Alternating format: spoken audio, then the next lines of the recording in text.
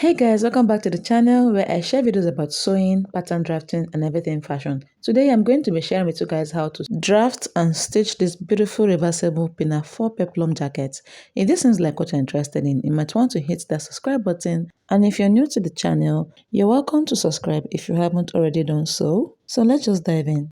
For this tutorial, I'm going to be making use of two different colorful Ankara prints, and the quantity of fabric I'm using is about 2 yards. To be on the safer side, you need 2 yards of Ankara. But since it's reversible, you're going to be making use of equal amount of either fabric you're using on the both sides. And then you need 2 yards of your stay. For the pattern, we are going to be making use of a half-scale basic bodice. I've already gone ahead to draft it before starting. So now I have the armhole, I have the shoulder line and then the neckline. And there is also half length included. So next thing I did was just to cut it out.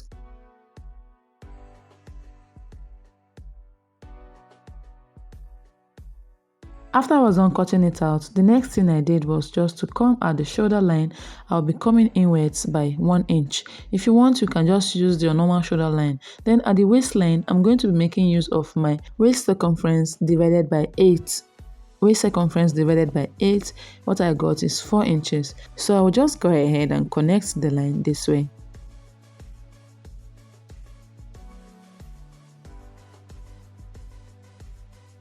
After you're done connecting, just go ahead and just slash it out, and what you have left is going to be your middle piece. So this is what we're going to be needing for the upper part of our jacket. We are going to be using this to cut out both the front and the back piece of our jacket. For the peplum or the flare of this jacket, I'm going to be making use of the same 4 inches I got on the upper part for our waistline. So when you divide your waistline by 8, you'll be getting same number you used for the upper part. In my own case, it's 4 inches. After deriving that number, what we have there is going to serve as our radius for our flare. So to get the overall flare for this, we need to draft a 720-degree flare for our peplum. What makes up 720 degrees flare is 360 degrees flare times 2. So for 360 degrees flare, we need to divide our waistline by 4.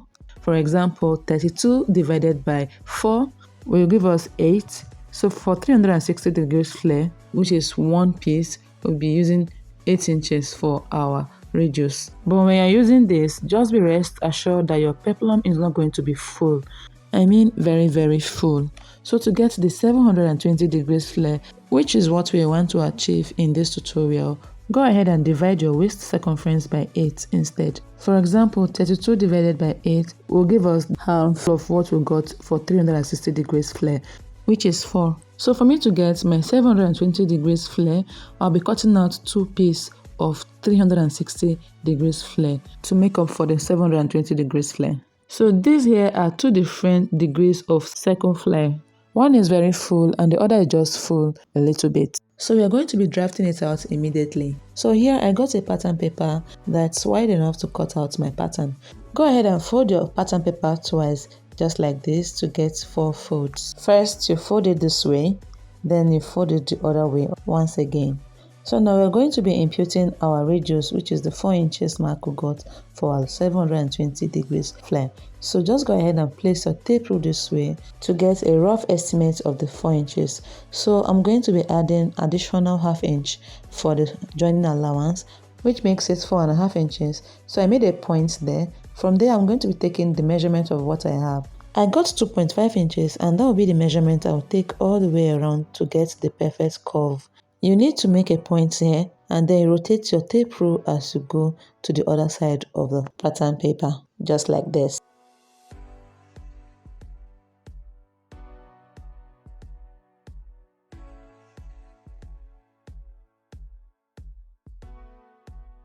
So guys, after I was done connecting the inner curve for our circle, the next thing I'll go ahead and do right now is to check the length of the peplum.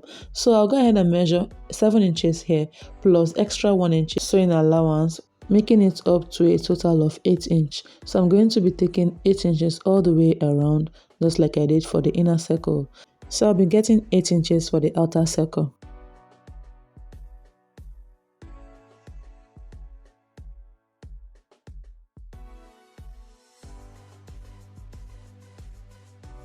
So guys, after I was done marking the inner curve and the outer curve, the next thing I did was to cut it out.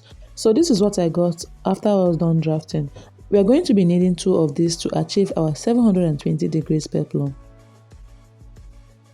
So I went ahead to cut out our patterns on our fabric. The first thing I'll do is just to cut out the back piece. So I'll just add half of an inch all the way around for the sewing allowance, excluding the folded parts. I also marked 2 inches for the back neckline because the back neckline is supposed to be higher than the front neckline. So I'll make sure it's about 2 inches before cutting it out.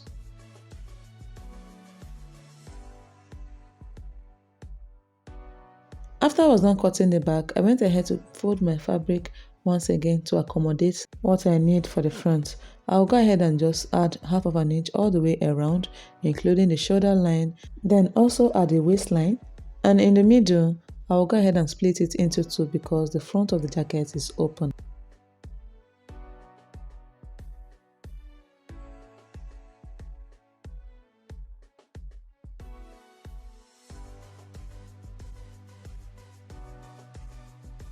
So guys, this is what I have after I was done cutting.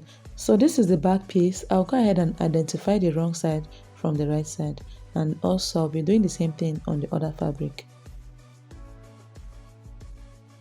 So guys, after I was done cutting the upper part, I went ahead to fold my fabric just like I folded the pattern paper for the flare, and then I cut it out.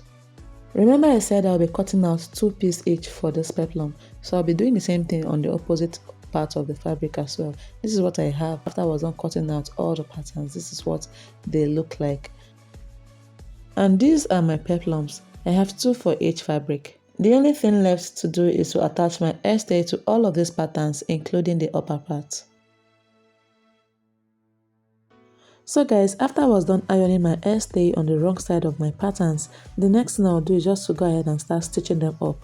So to stitch this up, you need to start from the upper part. Go ahead and align your patterns right side to right side, facing each other just like you see me doing, and then go ahead and stitch it at the shoulders, okay? And also for the circle flare, you need to slash it up on one side to open it as a peplum. So this is what it looks like after I was done. I'll be doing the same thing on the second part, and then place them right side to right side facing each other and get them ready to be stitched on the machine, just like you see me pointing. I will also do the same thing I'm doing on this part on the second fabric.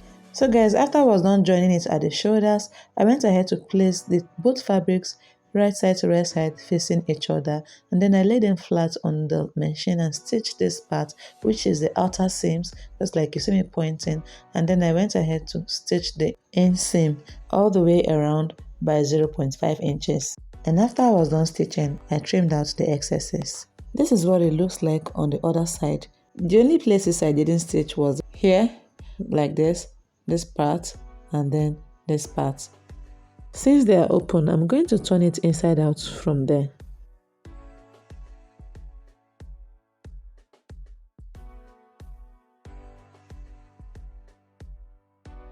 So guys, after you're done turning it inside out, it should look like this after you're done pressing.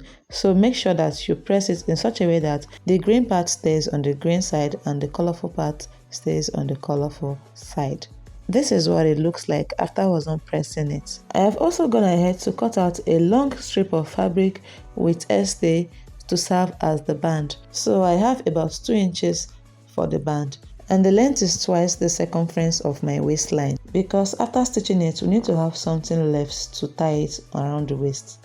So guys, next thing you need to do is to deduct your 2 inches for the waistband on the waistline. This is because we've already replaced this part with the waistband, so I'll go ahead right now and trim it off. Remember to leave about half of an inch for the joining allowance. The next thing I did was to make a notch on the middle part of this band, so I'll go ahead and fold it into 2 equal halves. Then I'll be notching it at this part, and I'll do the same thing on the other part of the band as well. And I'll also go ahead and notch the midpoint of the upper part like this. So guys, for the peplum, I'll be creating a curve this way. You can actually achieve this with your free hand. If you want to mark it, go ahead and feel free to mark it before cutting it. So the curve will basically stay on the front of the jacket, not on the back. I'll also go ahead and repeat the same thing on this one. This is what it looks like after I was done trimming the both sides of the peplum.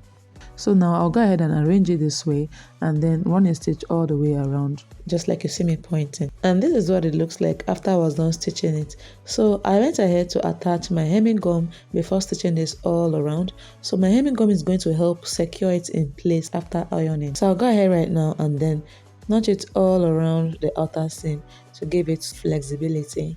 So this hemming gum is going to help bind everything together at the base of the peplum without stress. So in this case where the jacket is reversible, there is no need to use a crinoline because that will require us to stitch on the crinoline. So just go ahead and stitch it this way. It's going to give us the same effect anyways. But if you are using a lining instead for this, when it's not reversible, go ahead and attach your crinoline because the crinoline is going to stay towards the lining. I mean stitched on the lining.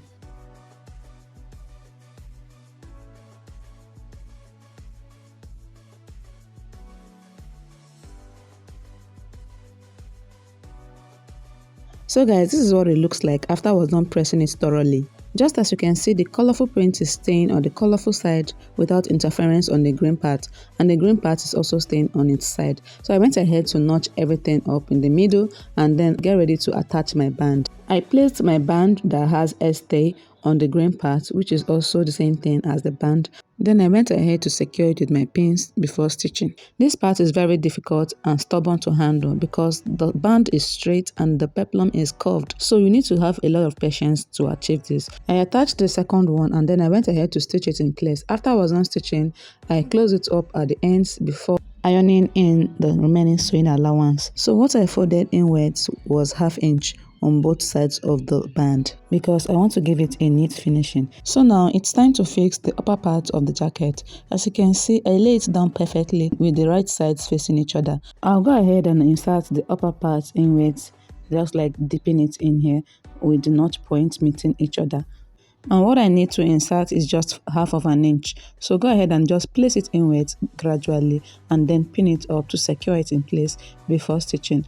Also go ahead and repeat the same thing at the sides. So if you notice, you see that I'm placing the green parts to be on the same side with the green peplum. And as you are pinning, go ahead and make sure that you are catching the other side as well. Make sure that you catch the other colorful one before pinning them together. So it's more like sandwiching the upper part inside the band as it stays in between.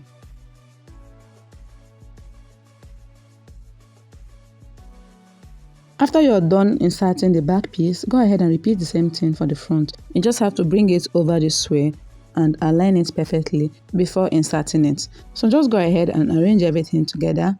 To insert this front piece, you need to make sure that it's aligning with this part of the peplum. They should be on straight line with each other, if that makes sense.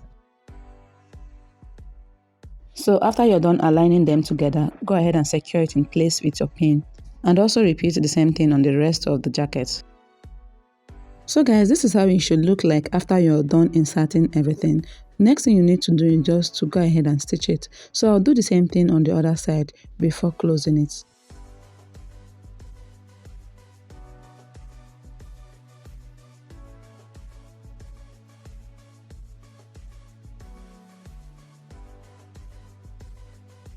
So guys, now that I am done pinning everything together, I'll go ahead right now and stitch this band just like this on the open part all the way from this part to the end of the other side. So what we are basically doing is top stitching. So after you're done stitching, you have your jacket looking all nice and clean. This is what it looks like after I was done. So that is the end of the tutorial. If this video has been helpful to you, kindly give me a like for it, share and subscribe. And if you are new to this channel and you are yet to subscribe, kindly do so now. Thank you for staying with me in this video up to this extent. I'll see you guys in my next video. With that being said, bye for now.